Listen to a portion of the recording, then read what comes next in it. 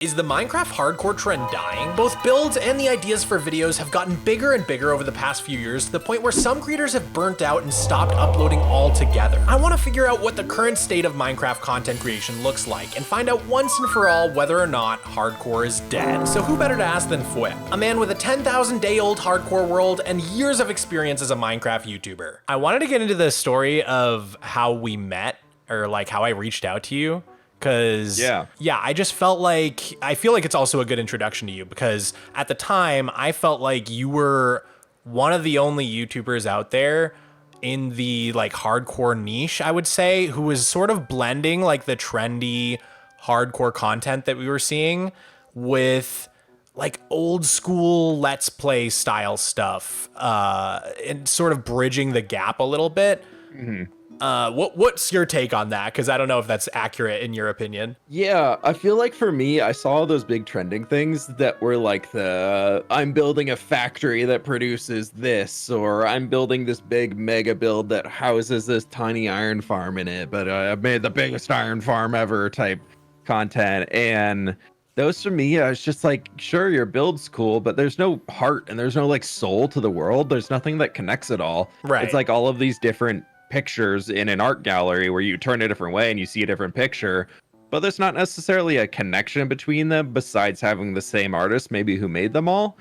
Whereas for me, Minecraft being like the 3D game is, I want to make a world that you can explore around in and feel the immersion of being in the world. Yeah. So I was like, how can I take those big ideas that they're doing with those big crazy mega projects and all that stuff, because that was what was working on YouTube in the time, and turn that still into creating a story in the world, with also a little bit of the goal of, if I can get people invested in the story of this world, then they're going to be invested long term in it. They're not just going to be invested if, did I make cool mega build? Right. Like there's a lot more depth to it than that. It's how it grows instead of how did this one thing look in it. Yeah, I feel like even when you're doing a mega build, if there's other builds in the background throughout the world as you're building it, someone's so much more likely to follow up and go to your channel and look for, okay, what's the story of that thing? Like that giant tree in the back of Fwhip's world. Like, even though right now you're building a university or whatever it is,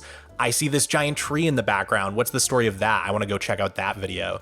I feel like I'm very drawn to that way that you play because, you were kind of one of the inspirations for my world, to be fair, because I found your channel probably sometime during COVID, I want to say, or maybe end of 2019-ish, because you were doing giant terraformed mountains. And that was just super duper applicable to Superflat because I have to terraform everything. And I had never really had the guts to take on terraforming projects of that scale. I hadn't like really dreamed so big. And then I saw you doing it and I was kind of like, there's no reason you can't do this in Superflat. It's just more time. Yeah, it's just more time investment. I had like sort of self-limited my ambitions for some reason. And so, yeah, seeing your videos made me inspired to go further and connect up my world. And that's something I really care about, is like having a lore and a connection between all the different things in my world and slowly building up the world. So I think we're aligned in that. So anyways, long story short, I reached out to you over Discord and we ended up just, I think, talking content for a little bit.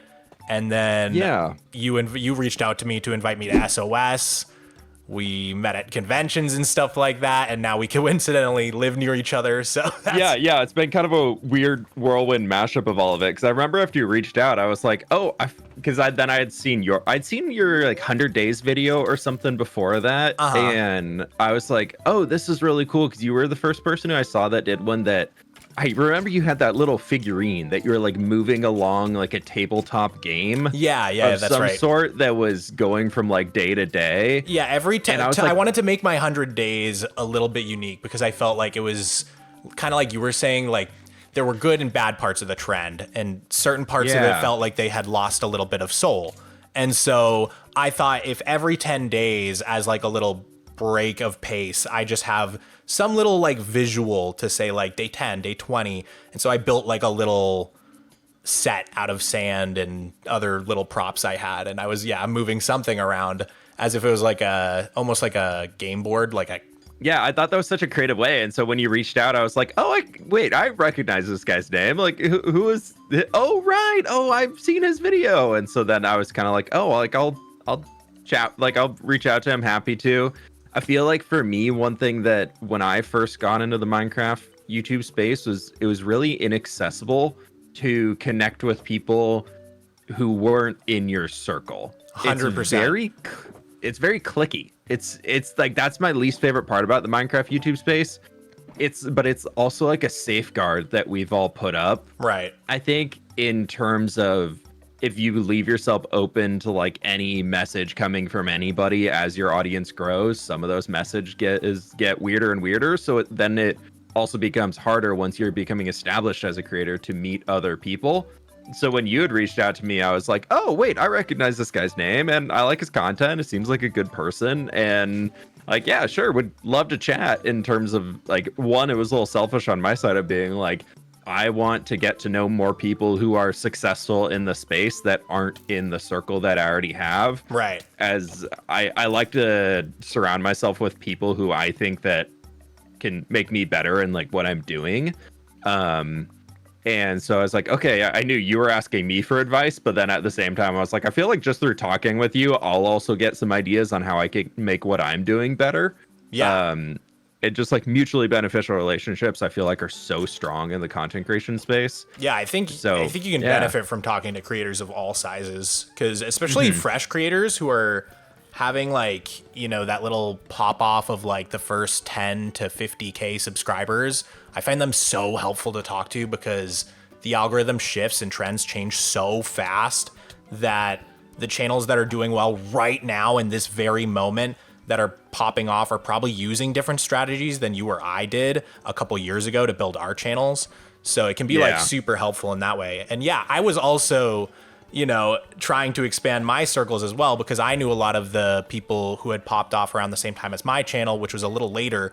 So I was in with like the lifesteal crowd.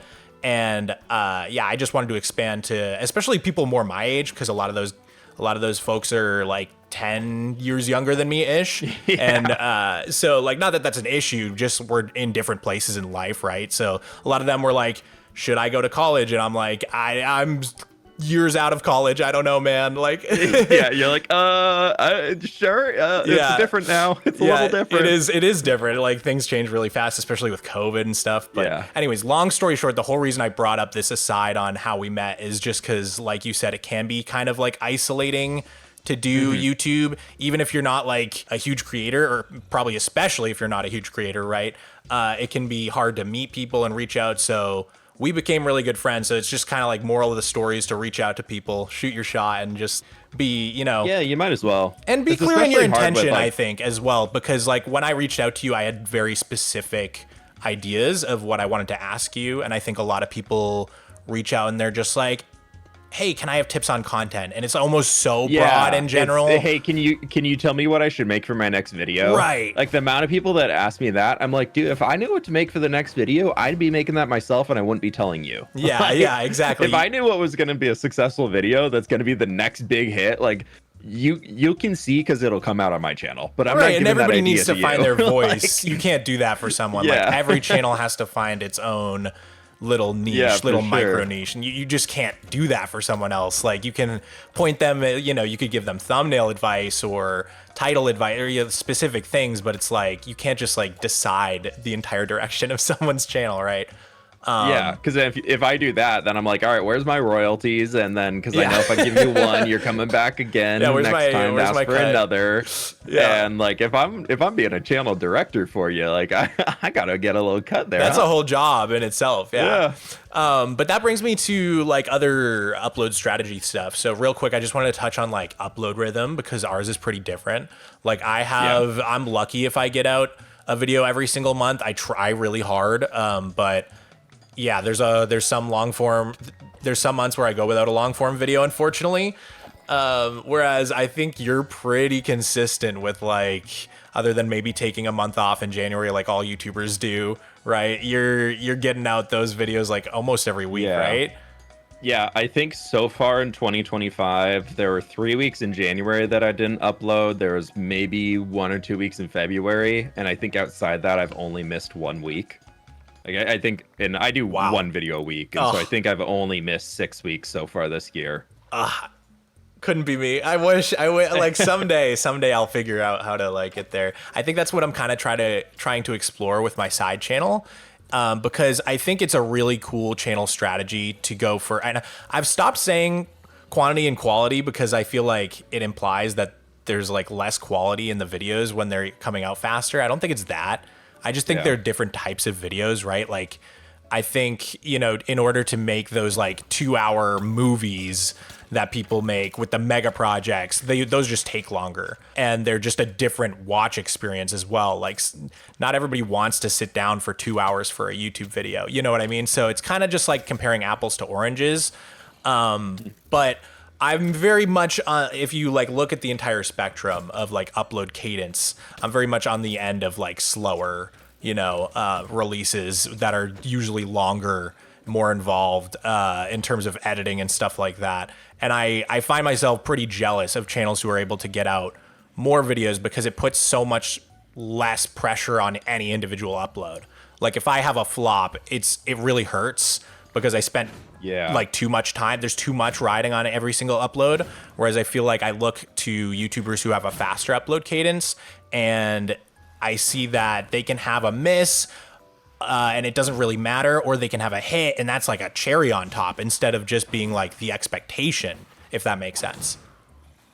Yeah, I feel like there's also this weird balance that's been struck in it in the creator space, or maybe not balance. Balance might not be the right word for it, but this like expectation as Minecraft YouTube has evolved that like each video needs to be getting better and better. Right. Like you do a bit of it, but I've been seeing it a lot more from other people who are doing like full on like skits rendered out in Blender for like a scene instead of just showing it in Minecraft. They're showing, like, I was watching a video this morning by Nuts, who has a really cool series. Oh, his animations are insane, dude. Yeah, and he was talking about having like how he was going to design ruins, and instead of just saying like, oh yeah, it'd probably fall this direction, so it's going to hang off over there, he had a full-on like Blender rendered out thing of the wall crumbling down and going to where he was going to build the ruin out in the next scene. And then it's just like that level of editing and everything that goes into that, they take so long. Guilty as charged, dude. I've been doing way too much of that stuff.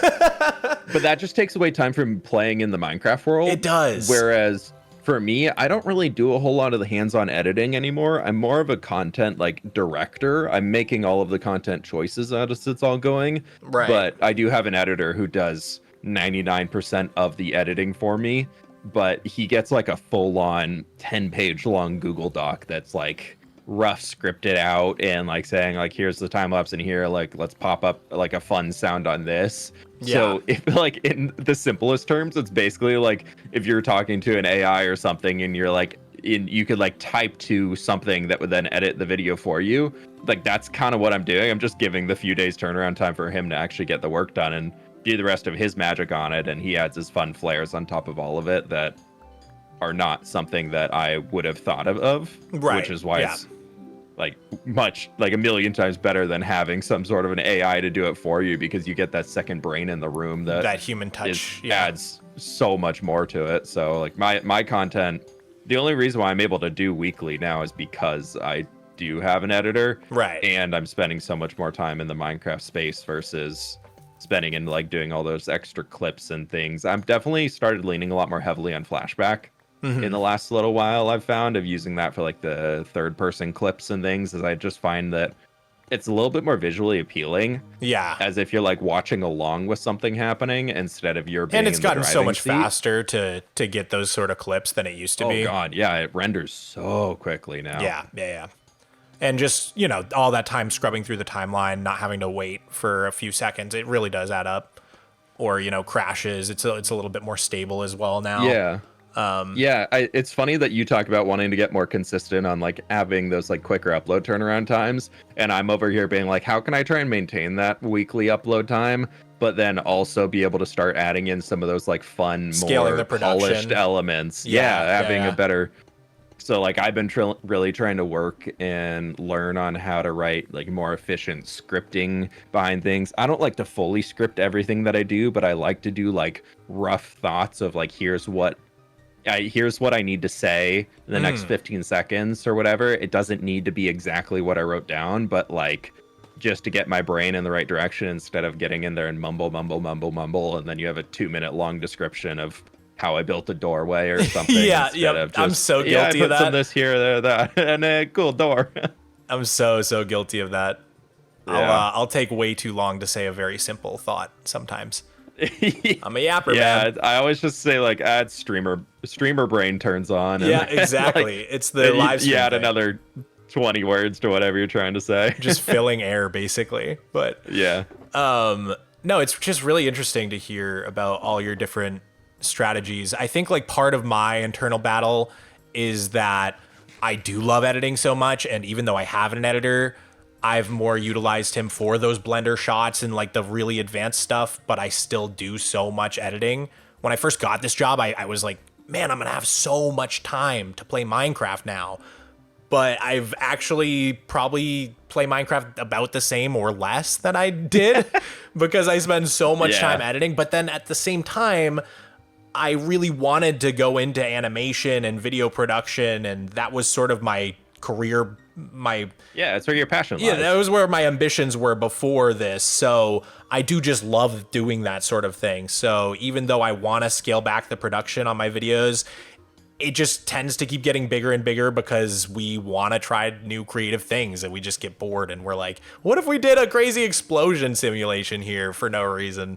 Yeah, it's one of those where I feel like you can get caught up in the, do we actually need this or do we just want this in here? Yep.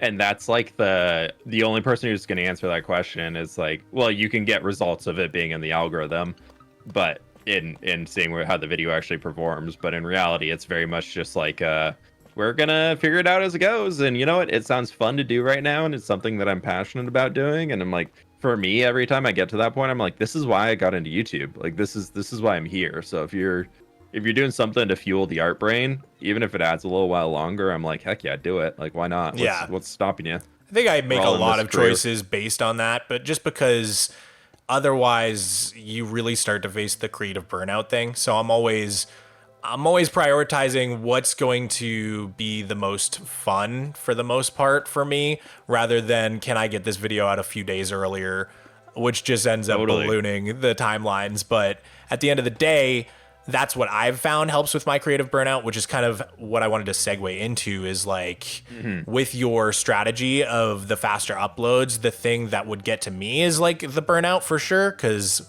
I take my sweet time. Yeah. So how do you deal with the whole burnout thing? I just wrapped up yesterday recording the last video for the university that I'm building. Yep. And that was something where we had to get 2 weeks ahead because my editor wanted to take some time off. And I was like, yeah, sure, you've earned it. Like, please take it off. But like, before you go, like, let's get all these projects done. So yesterday and today, I think I've actually, outside of streaming yesterday, I think I've only really been in Minecraft for like 20 minutes, maybe. And so like yesterday I was on for like 3 hours on stream, but like I'm just fully taking a mental day or two off because we don't typically get weekends. You kind of just got to take your day when you want it type thing. Yeah. I just take random days like here and there. I never plan days off ahead of time for the most part. It's just like whenever I have nothing and I have chores to do, that's my day off, I guess.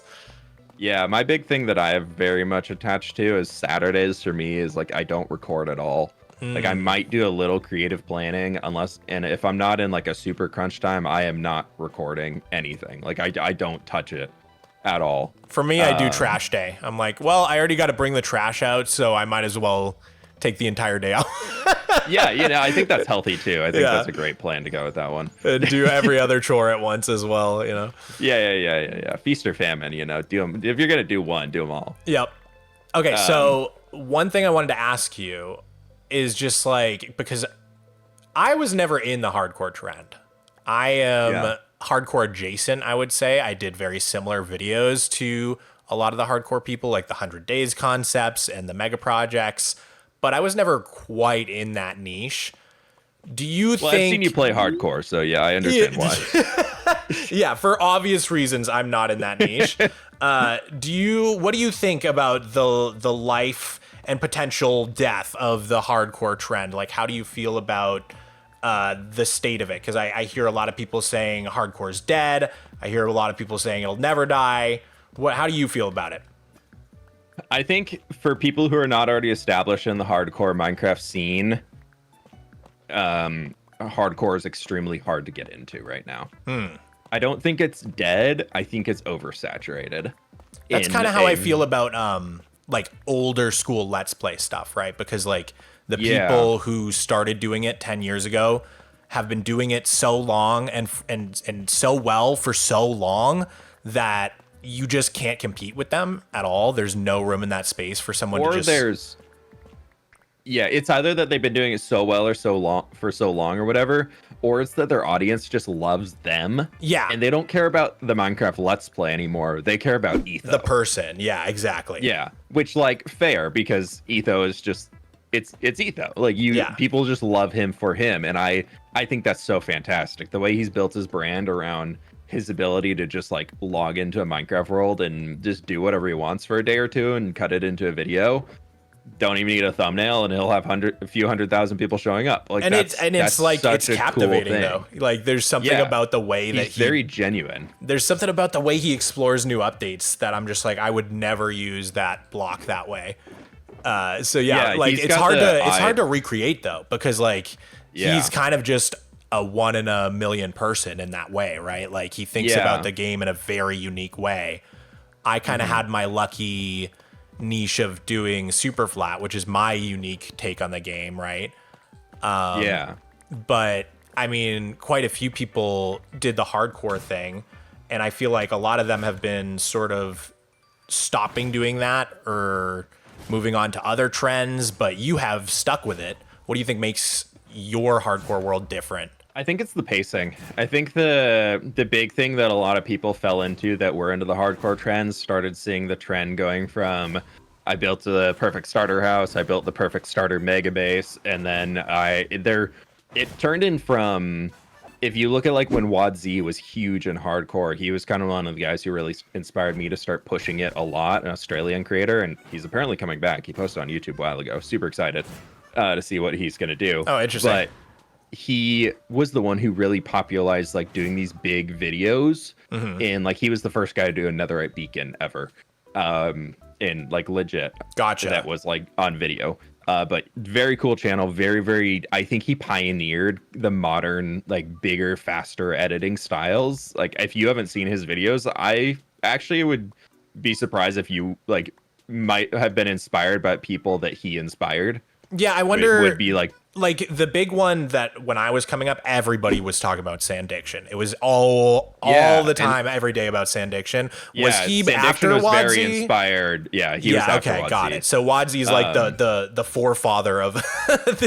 Got it. Yeah, but WadZ also was doing it in like the weekly upload point. Gotcha. But that man was just bigger and bigger project every week to the point where he got burned out and he disappeared from YouTube for a year and a half. Yeah.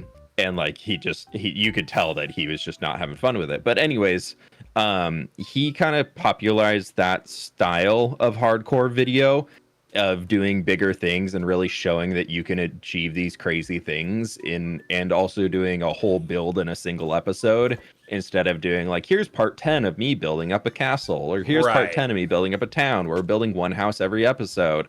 And then he was like, okay, I built a town in a single episode. And so that started the growth trend of how much was expected, or creators thought was expected in videos.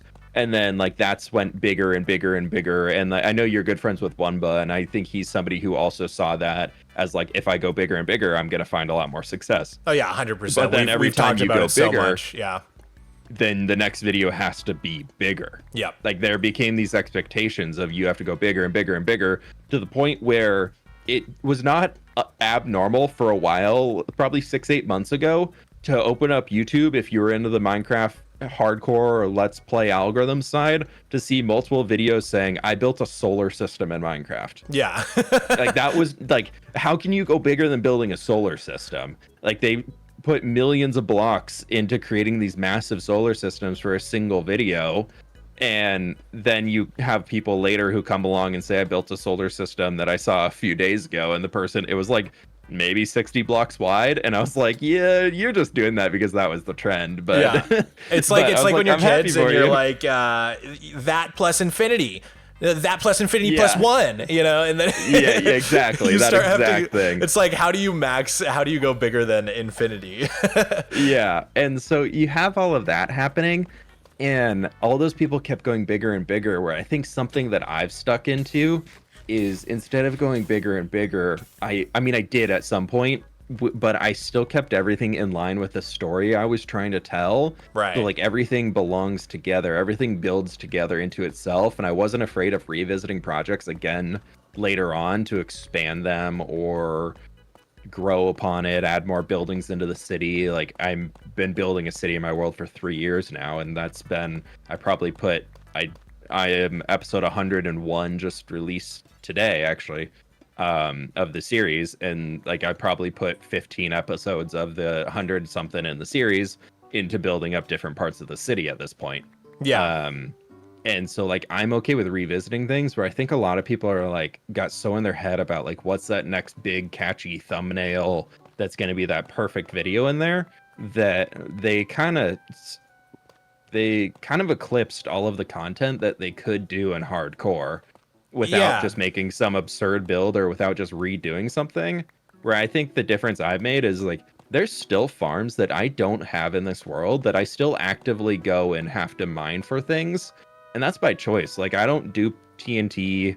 I don't use tree farms. I don't use auto cobblestone generators or any of those types of things in this world, because I find that it really helps me like stay in the environment of what I'm doing, and like showing that process of actually playing the game is able to fill up part of an episode content, instead of like all of the process of whatever I'm doing is then, okay, here I need 50 mega farms to be able to build this build. So here's farm 1 done in 10 seconds. Yeah, that took me 3 days IRL to make, but like we're moving on because that's not the theme of today's video. And it's like, you just ruined, like, that could have been a video. Like, that whole thing you made could have been a video. Yeah. It's interesting. I don't know. There's just so many different strategies, and I actually think that a lot of it has more to do with like the algorithm itself than the actual game, and just people getting caught up in.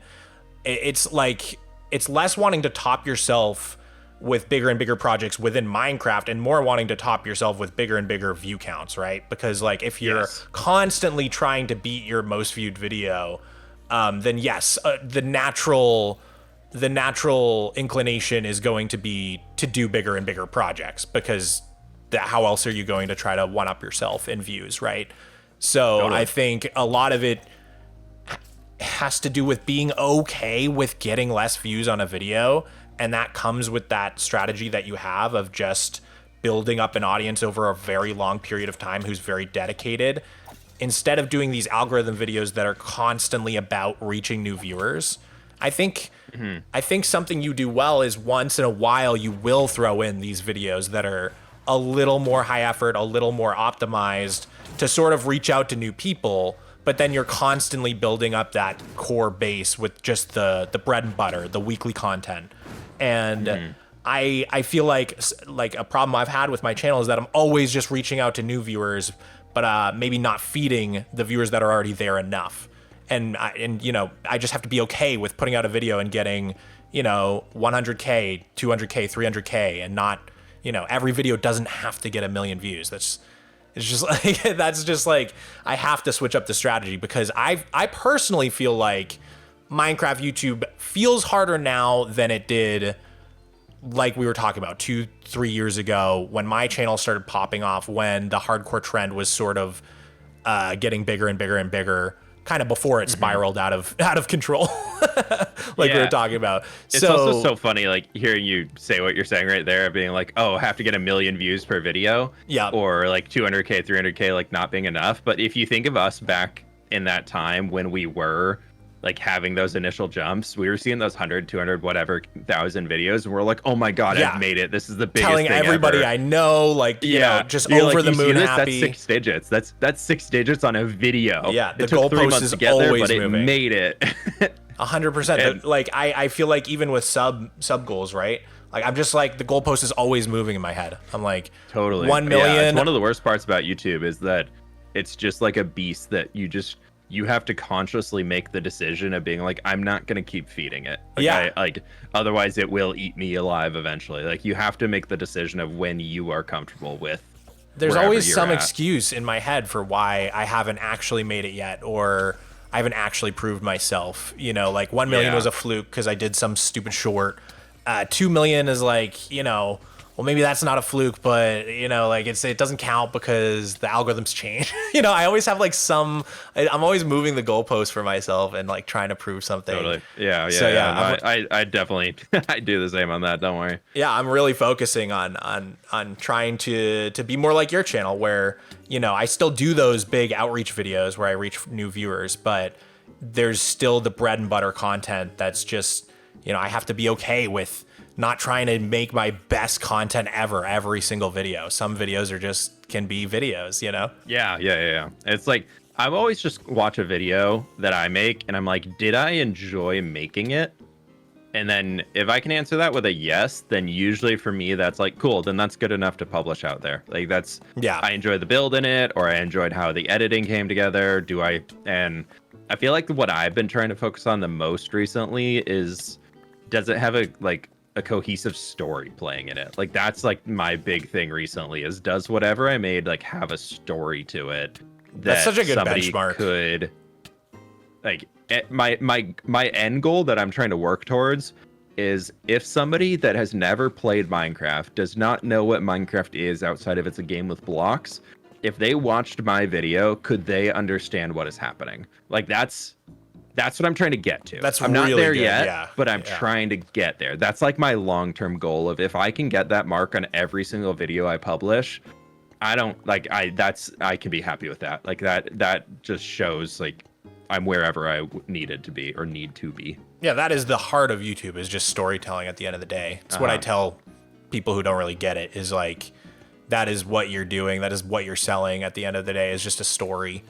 And you can, if you view YouTube in that lens, it makes a lot more sense, I think.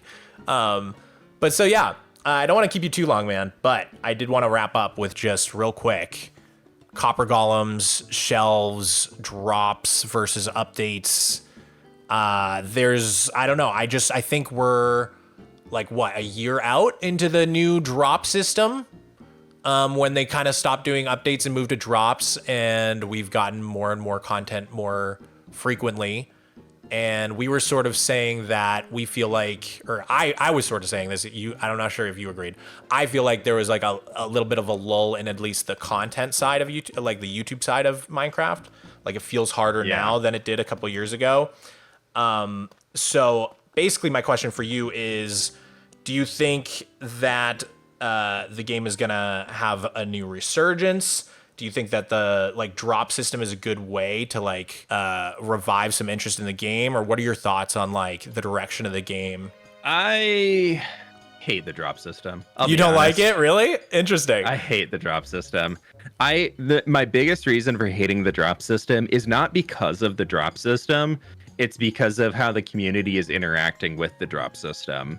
And I think the best example of that is we just got the Happy Gas, right? Mm-hmm. Like, the Happy Gas has been around for what, 2 months, maybe 3 months, 2 months? I don't know, something like that. Like, actually in the game, not in snapshots. Right. But if I remember correctly, less than 10 days after the update dropped with the Happy Gas coming into the game, the snapshot dropped or the Bedrock preview dropped revealing copper golems. Oh, interesting. There was no time for players to actually enjoy the Happy Gas. It was directly straight into, ooh, here's the next thing. And nobody really makes, some people made videos on Happy Gas. They're kind of used in some places. They're granted, the Happy Gas still needs some work on it. I think it could use a little bit more polish to make it something really usable in this game. But for the most part, it was just pushed aside and forgotten when it was a feature that they spent months working on and dialing in and trying to get there for the community. And then Copper Update 4 comes out, and there's like nobody really cares about the Happy Ghast anymore. Nobody really cares about all the things that the update brought into there, and everybody's now like, oh my god, the Copper Golem's coming in the next few months. This is so great. Blah, I'm so excited for this next drop. We're gonna get the Copper Golem. Wee hee hee. And for me, I'm like, great, that's cool to look forward to the next things. But then that creates this constant cycle of, instead of enjoying what you have, it's looking at the greener grass of the next update instead of focusing on being able to enjoy what you have right now in the game. And I think that has made it harder also for content creators, because it's limited the amount of time that you can turn around a video of quote new Minecraft content before everybody else is already excited about the next Minecraft content coming out. Like, dude, this is a fascinating take. I haven't heard someone with this perspective yet. By the time I actually had all my mods updated and to get the Happy Ghast in the game and doing all that, we were on the third snapshot of Copper Golems, and I put out a video talking about the Happy Ghast, exploring all that new stuff, and then the only thing in my comments was a few people going, wow, Happy Ghasts are cool. When are you going to look at Copper Golems? I was like, guys, those aren't even in the game yet.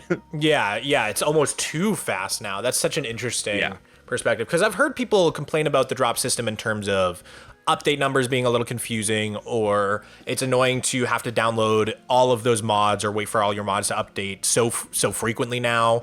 But I hadn't actually heard, like, I specifically asked that question in the context of content creation and how it could influence making YouTube content about Minecraft. And I hadn't actually heard someone bring up that point of view.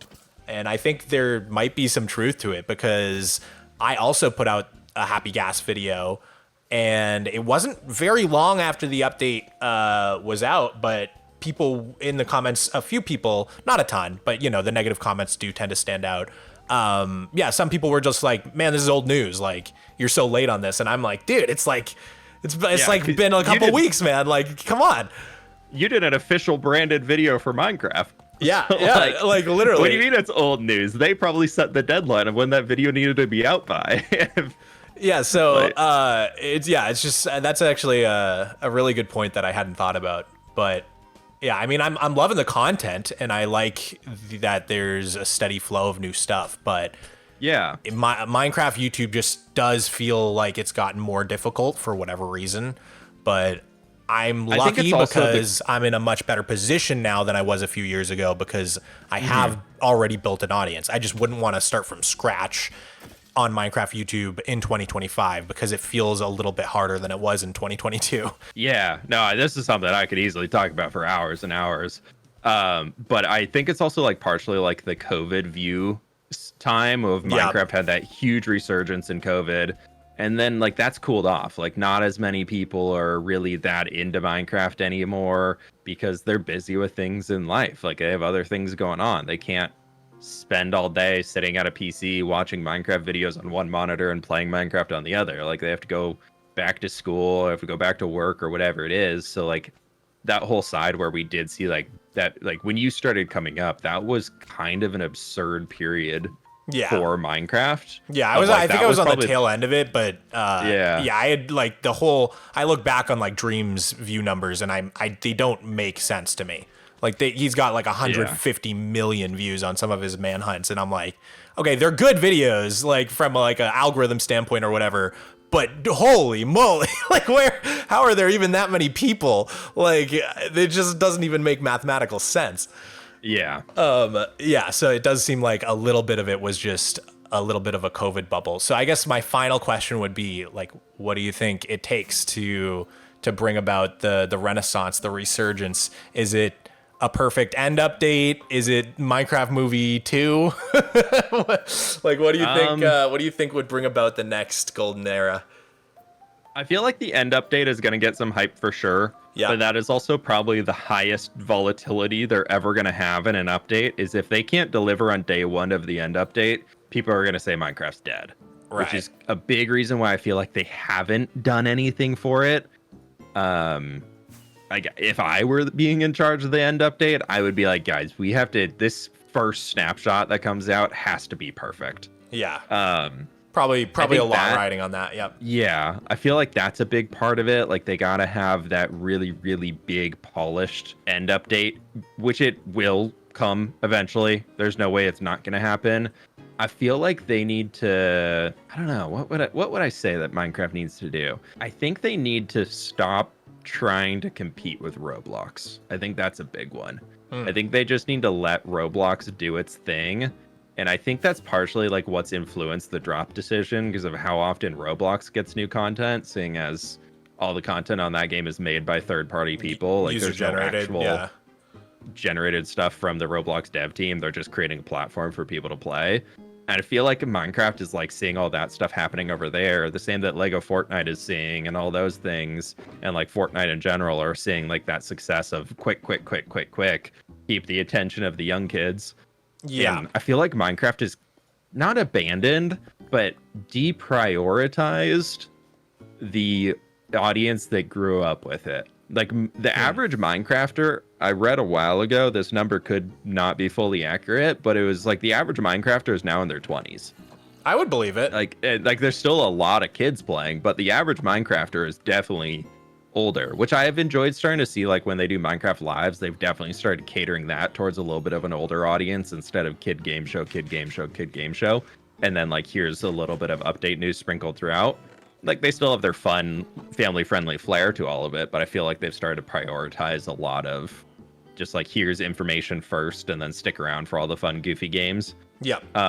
But yeah, I would love for them to just like keep doing their own thing and keep enhancing the world with like that we play in with functional things to do, not just like something that just sits in a corner and looks fun and you're like, this is my little buddy. It's great to have a little buddy in your Minecraft base and all that stuff, but there needs to be more stuff to be able to do in it, whether that's coming. I think if they did like an update where they came through and did like, here's all of the biome updates that we said we were going to do in the biome votes that just never won. My dream. And if they just added all of those, that would just be a killer update, dude. Man, that would just, that's like that's amazing. actually like my dream update. I would love to see that update. Yeah, I don't know if it's even a thing that's on them, right? Because like we were saying, the last huge push was mostly COVID. Like a lot of it was. I mean, they had that incredible Nether update in 2020 with impeccable timing, but that aside, like we were saying, a lot of it was just